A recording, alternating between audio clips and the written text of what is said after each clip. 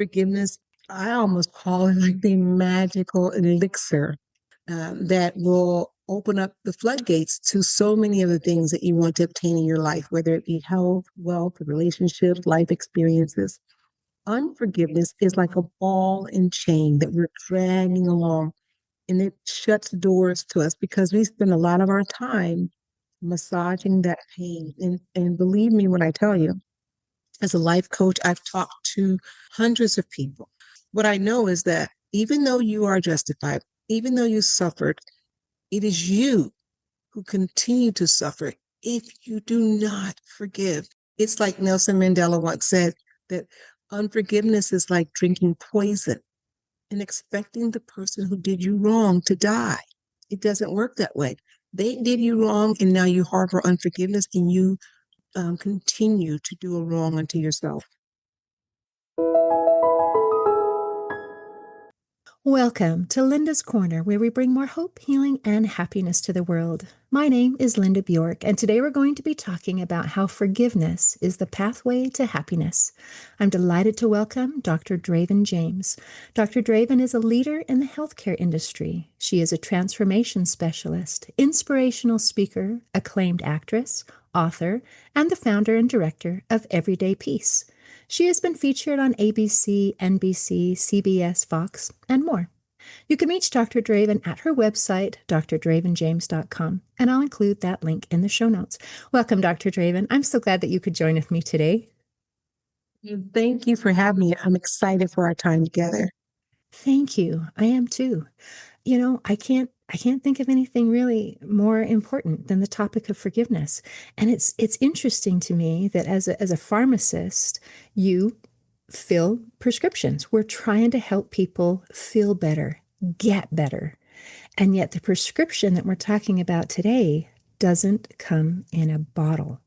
In fact, for many people, it's quite counterintuitive. Can you help us understand why forgiveness is so important in the process of healing?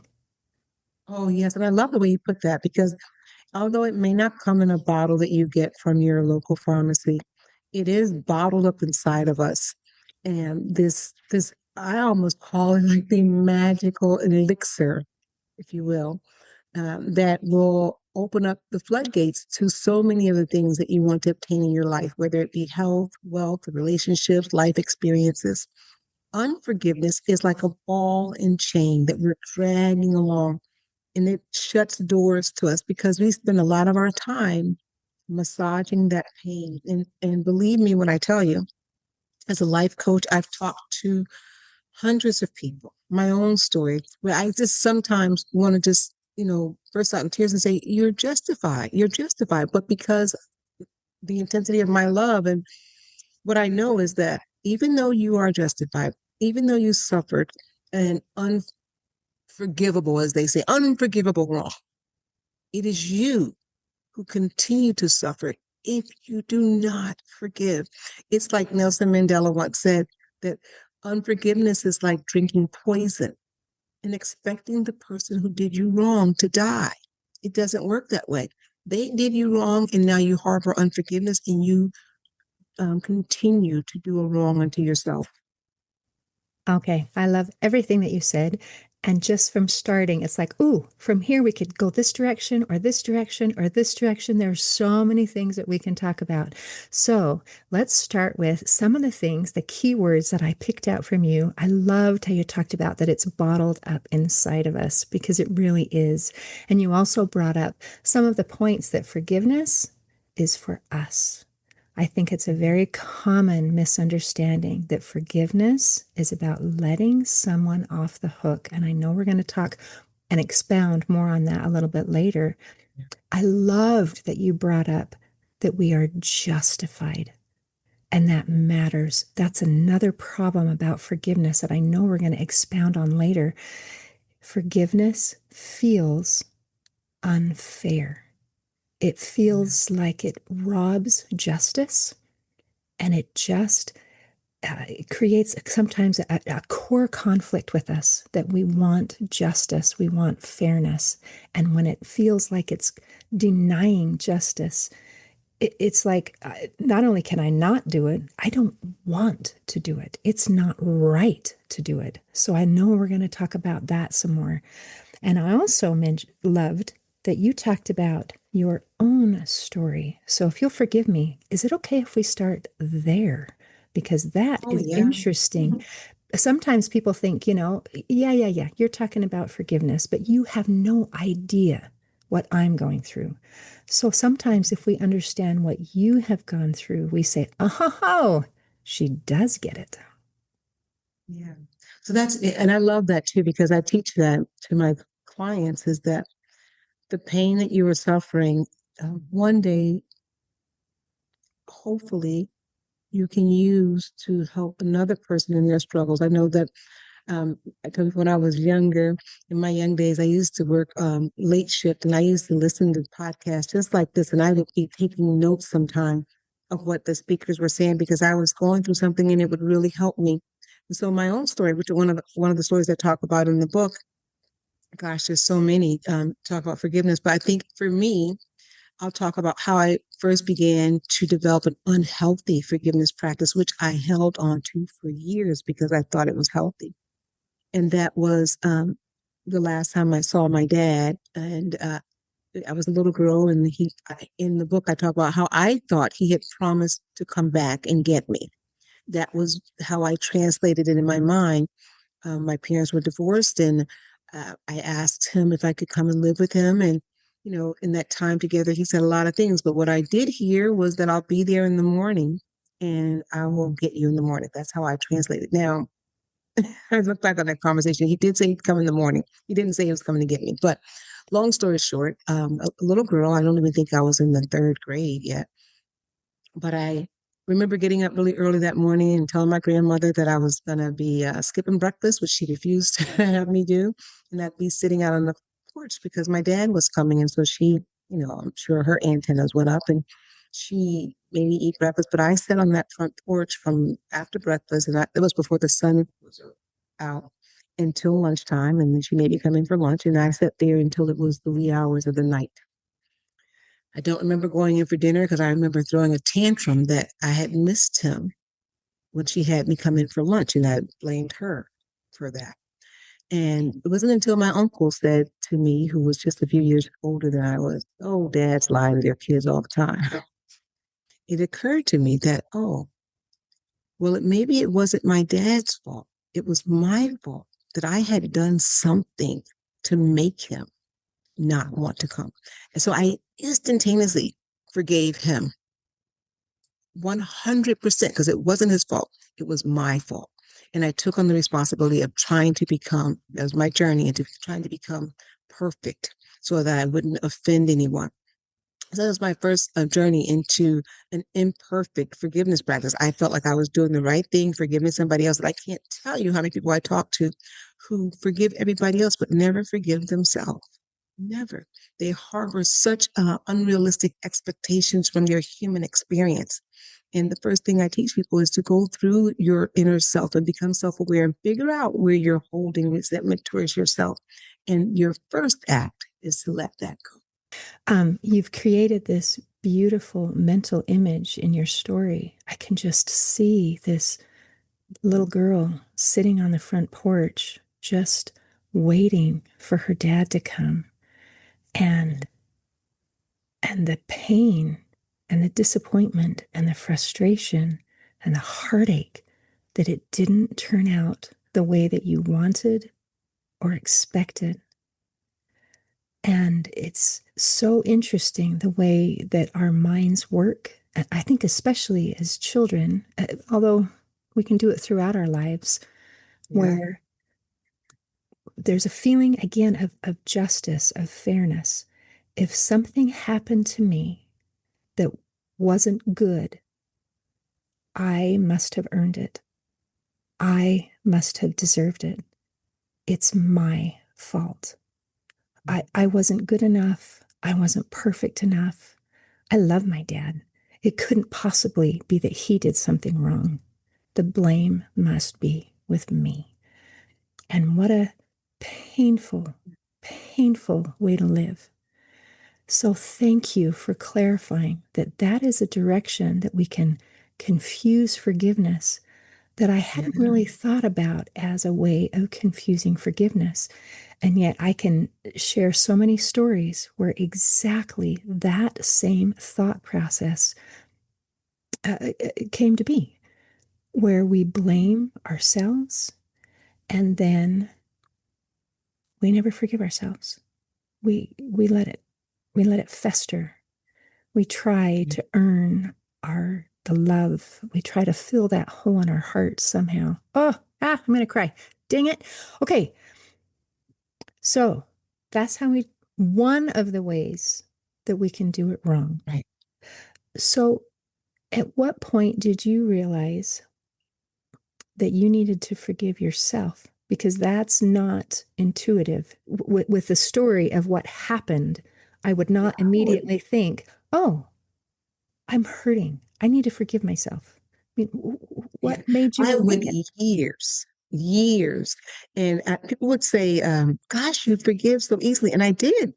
Anything. I mean, the most. Oh gosh, I was divorced after 27 years of marriage, and I even went into that, hurt and crushed. But I thought to myself, and what could I have done differently? And that's an adult question, is to be able to do some self awareness. I'm not criticizing that part, but the part where I'm thinking and overthinking and overthinking. And that's when I realized, that's when I really started. And I was already well into being a life coach and doing all this. I went into really evaluating my forgiveness process. And I started in around 2015, 2017, around that time period, researching forgiveness. And I realized, oh, okay, this is unhealthy, right? Because I am letting everyone else off the hook and I'm keeping myself on the hook. And I wasn't badgering myself like, oh, you're a horrible person, but it was this constant feeling of unrealistic expectations that if someone said I said something wrong, if I breathed wrong, if I had the wrong expression on my face, it just not wanting to be offensive. And it caused me to go down this whole pathway of understanding forgiveness better and then working with my clients. And I realized a lot of the things that they were holding against other people, when we really unpacked it, they were really holding those so-called sins and infractions against themselves. Absolutely. Wow. Okay. I love this. This conversation is taking a turn in a direction that I wasn't expecting. When we talk about forgiveness, and you mentioned letting people off the hook, and we'll probably get to that because that is a common misconception when we're trying to forgive someone who has hurt us, and it bothers our feeling of justice, our feeling of fairness, where we Mm-hmm. don't hold them accountable. We're just letting them off the hook, which is not what forgiveness means. And I know you know that. Yeah. But here we are saying, okay, we're not even going to talk about the other person yet. Right now, I'm going to work on forgiving myself. And putting this into the story of a little girl who hasn't done anything wrong. How do you even know that you need to forgive yourself and what that means and what that looks like? Because you were an Yeah. innocent child. All I knew was, and I find this with a lot of adults too. All I knew is that I wanted a relationship with my dad. And I was willing to do anything, right? To have that relationship. So if that meant that I needed to be better to have that, then I want to be better. And where that sense of, that's control, right? Taking responsibility, where that sense of, if I can control it, it'll be okay. There's a whole nother book in there, right?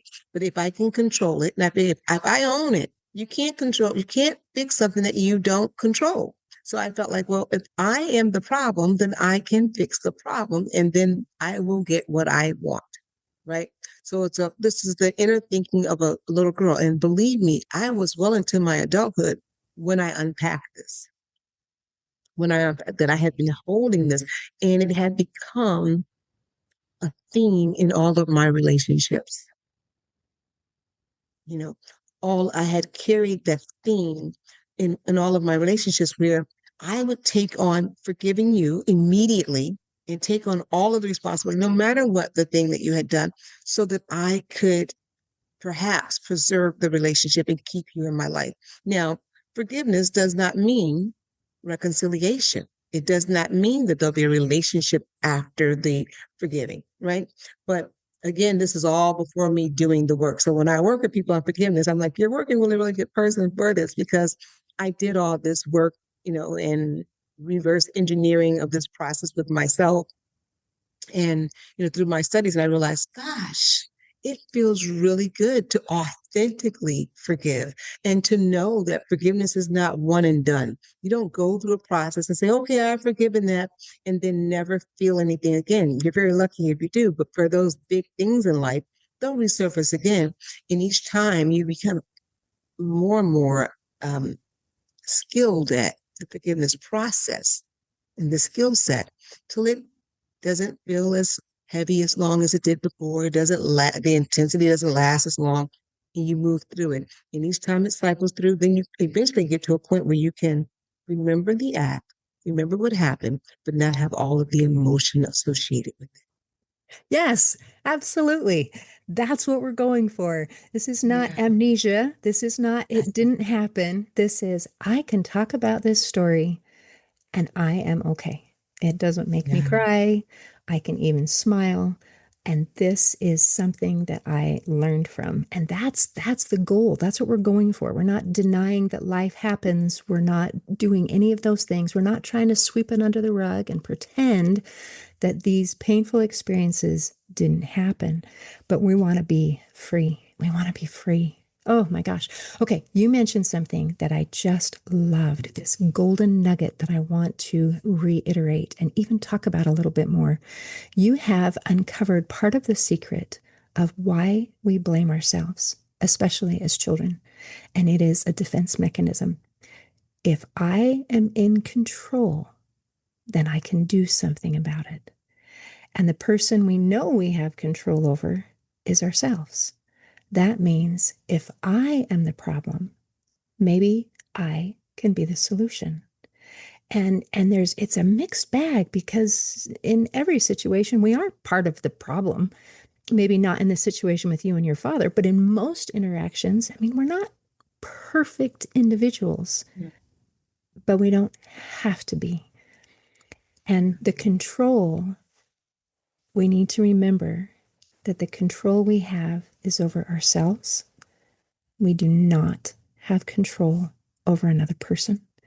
And Right. that's a tricky part about this balance of how we interact with people, that the control I have, because I do have control, Yes. now needs to be how can I be happy and whole?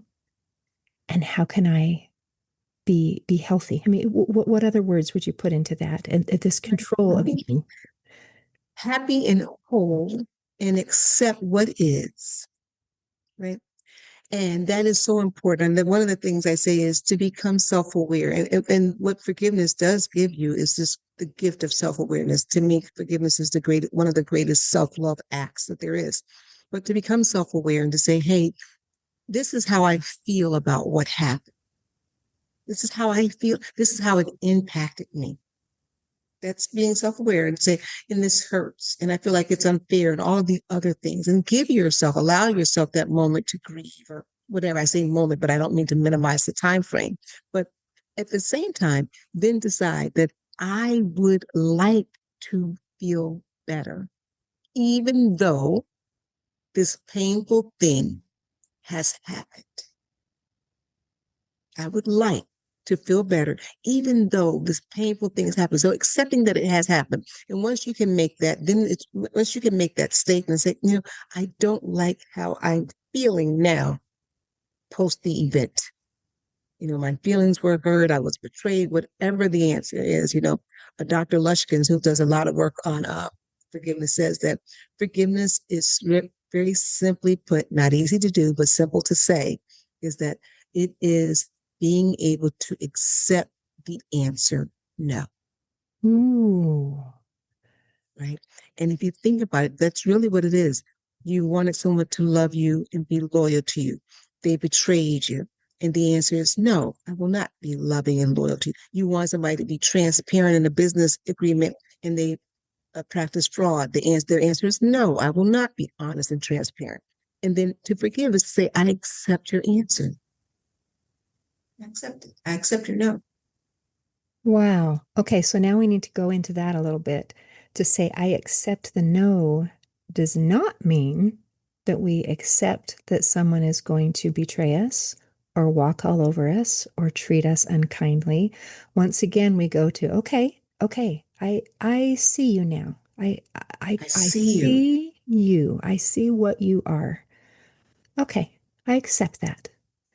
Now it's my turn because we want the power. My power is okay, then I may need to change my boundaries in my interaction and expectation of you, right?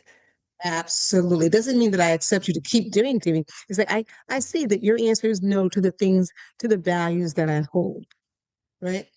And I have a boundary.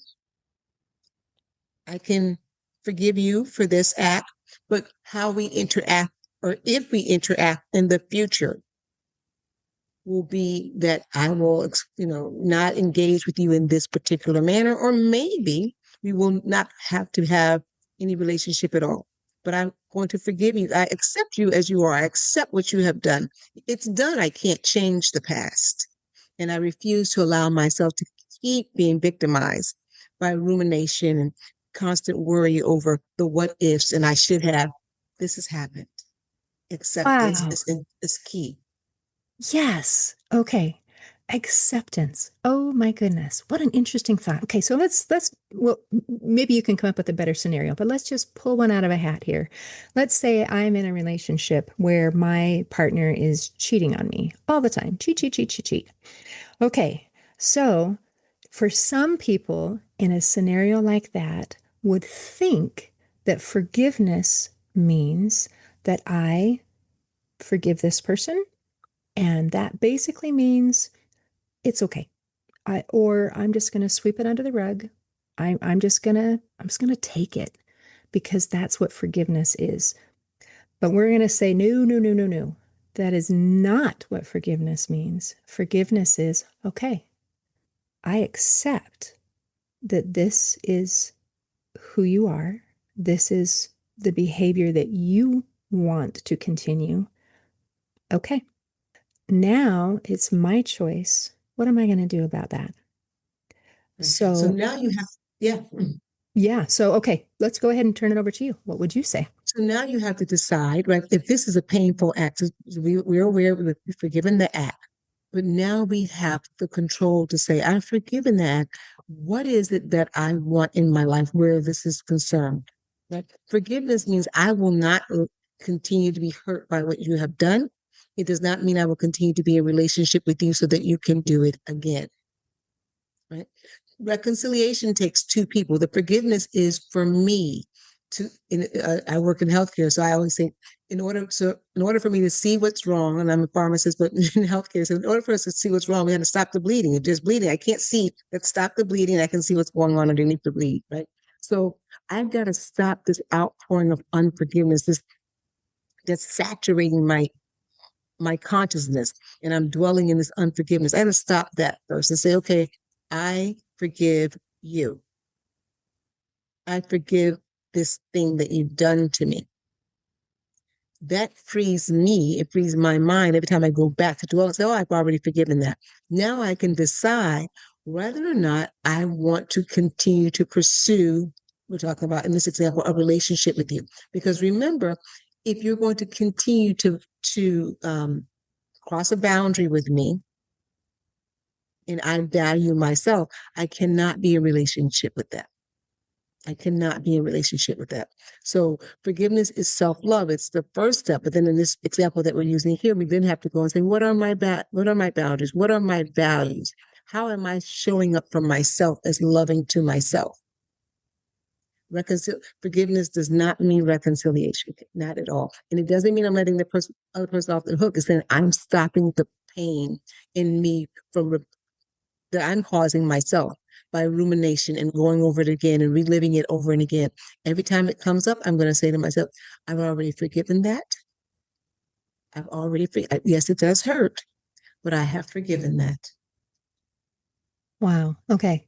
Once again, this super important piece of this, well, they're all important, but a very important, often misunderstood aspect of forgiveness is that that means I have to reconcile and continue the relationship when it It's doesn't two. mean that at all. It means, okay, now the power that I have within me is to choose. And it's not a conflict to have forgiveness and, in this scenario, ending the relationship. They are not in conflict. The Not at forgiveness all. is not about the other person, it is about me and my peace, right? Yeah. Forgiveness is a selfish, self-love act. It is done by you, for you. It does not require another person. That other person could be completely, maybe passed away, living in another state, engaged. It does not require another person. It is completely selfish and self-loving. Isn't that fun to What put those happens? two words together? Selfish and self love. They seem to be also in conflict. So, self Yeah, love, I see 100%. And the word selfish, do you mean that it's all about me? I'm not even worried about all about you. This is about my well being. because sometimes people think, well, I can't forgive because the other person didn't ask for forgiveness. This is a selfish act. It does not require you. In fact, forgiving is empowering because what it says is that I have the power to forgive you, and you're not required. Your validation is not required. You're asking me for it is not required. I empower myself to bestow forgiveness upon you. It's Wow. not as easy as that. Takes time, Yeah. but it does Easier not. said than done. Yeah, but it's a practice, and when you start to, it even causes you to sit differently, to stand differently. When you think of yourself that the victor, the empowered one, is the one who gets to bestow forgiveness. You're not waiting for the person who victimized you to come back and say to have a good sense. An example that we're saying right now, a person who is challenged enough with their integrity has caused, cheating on you in a relationship. We're not waiting for them to take the moral high road now and now come back and say, oh, with authenticity, will you please forgive me? My ways have changed. If they do, that's fine. If their ways have changed, that's fine, but it's not required. We can forgive without those things. That is so true and also counterintuitive. It doesn't seem to be the way that we naturally do things. We are often waiting for the other person to do those things you mentioned. One, change their ways. And two, come to me and apologize. Admit I made a mistake. And those things, oh, it makes forgiveness a lot easier. And yet, you brought up the point that I don't require that because I'm the powerful one. I am in charge of me. And that makes all the difference. Think about it. Why give our victimizer that kind of power to set us free? Why would they even want to? Right? We're sitting around saying, well, when you apologize, well, you're not required to apologize. It's nice if you do, right? It's lovely, right? Because it does something for them too to come back and admit a wrong. So that's a piece that I would hope that they would want. But we don't require it, not at all. No, we don't.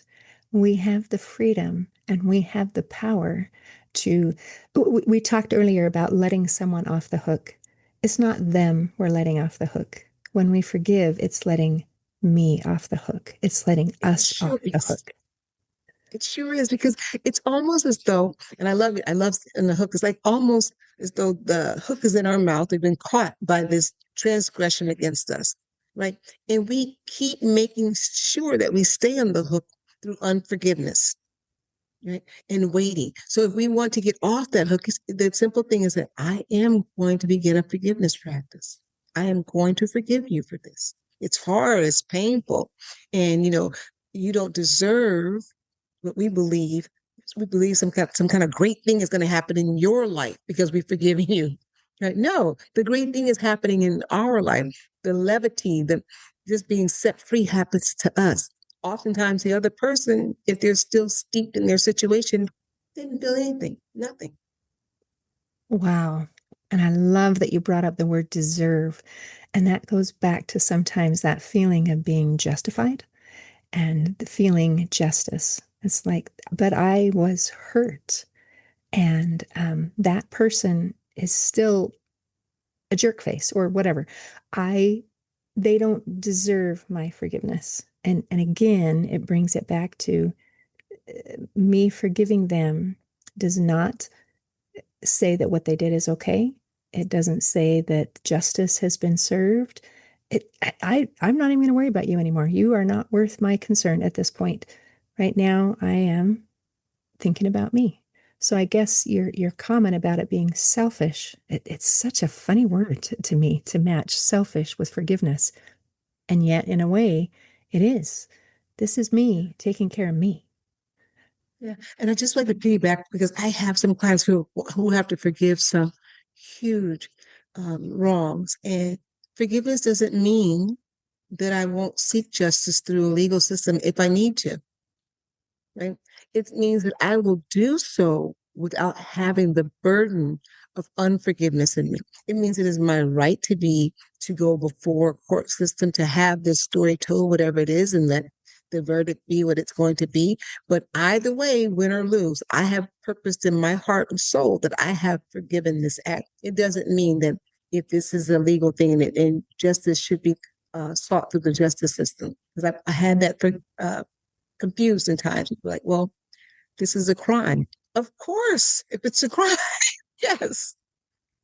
Doesn't mean you're doesn't mean you're unforgiving, right? It just means that you have let yourself, again, I love the phrase, I've let myself off the hooks, right?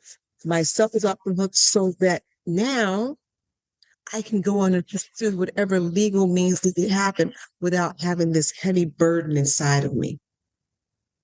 Wow. Okay. That is so important. And thank you for bringing it up. We've talked about justice before and how forgiveness can feel unfair.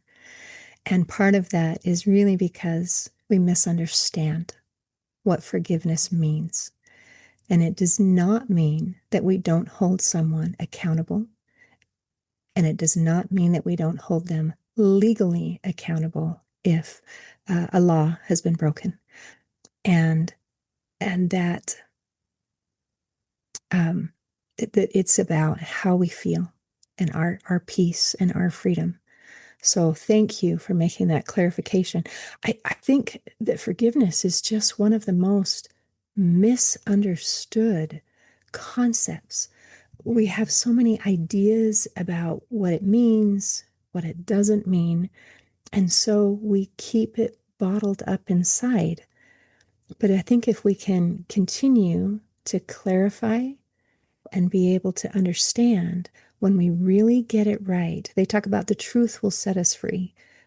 When we get it right, when we have the true definition, the true understanding of forgiveness, it sets us free. Yeah. It's a funny word too. I often real think that I said, boy, I wonder if maybe it should be spelled differently or because it seems like we're giving something, we associate giving with it to another person. And I think that's why people get it so confused. And so I always say, I forgive myself peace. Like giving myself peace. And to I see a hand feeding me as opposed to my hand extending to someone else. But the word is a funny word and it gets twisted around in our minds. But if we look at it as giving unto ourselves, and that's even hard for people too, because a lot of times they don't see themselves as being worthy of receiving anything. Right. So we've got to do this self-awareness work as part of it. But you're giving yourself peace even though this horrible thing has been done. It's been done, it happened. Oftentimes, I have a client that had a horrible thing happen. A child of hers died as a result of somebody else. And it's almost, it happened over 30 years ago, but until we start doing this work, and we're still doing it, but it's like you would think it happened yesterday, right? Because she couldn't find a way to give herself peace, right? To give herself peace. There are huge things that people are dealing with. So forgiveness is no small feat. It is huge. But when we can even get an ounce of the peace that it brings, boy, is it worth it. Mm, wow.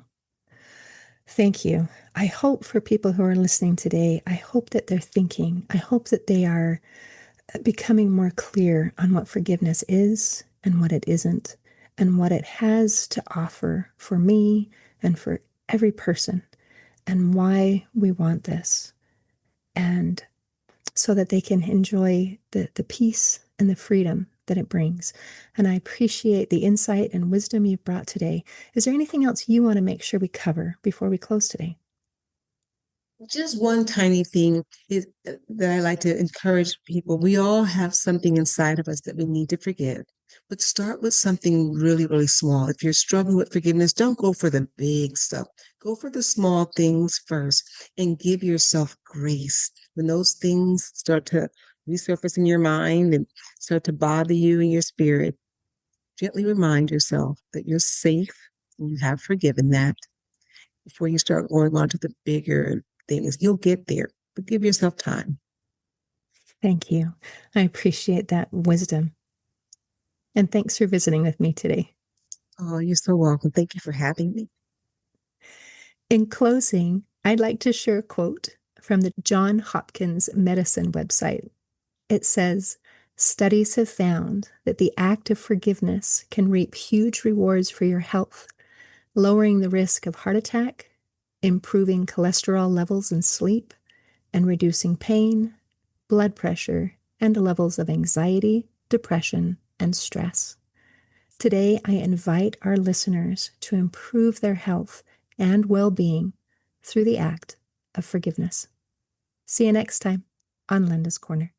Thanks for tuning in to Linda's Corner podcast. If you enjoyed this episode, please subscribe and share it with your friends to help us inspire even more listeners. Be sure to visit hopeforhealingfoundation.org for free and affordable resources to help you overcome life's challenges. And explore healingbreathworkdetox.com, where you'll find transformative tools for deep inner healing and lasting change. Also, don't forget to check out my books, Crushed, A Journey Through Depression, and You Got This, an action plan to calm fear, anxiety, worry, and stress. Your journey to hope, healing, and happiness starts here.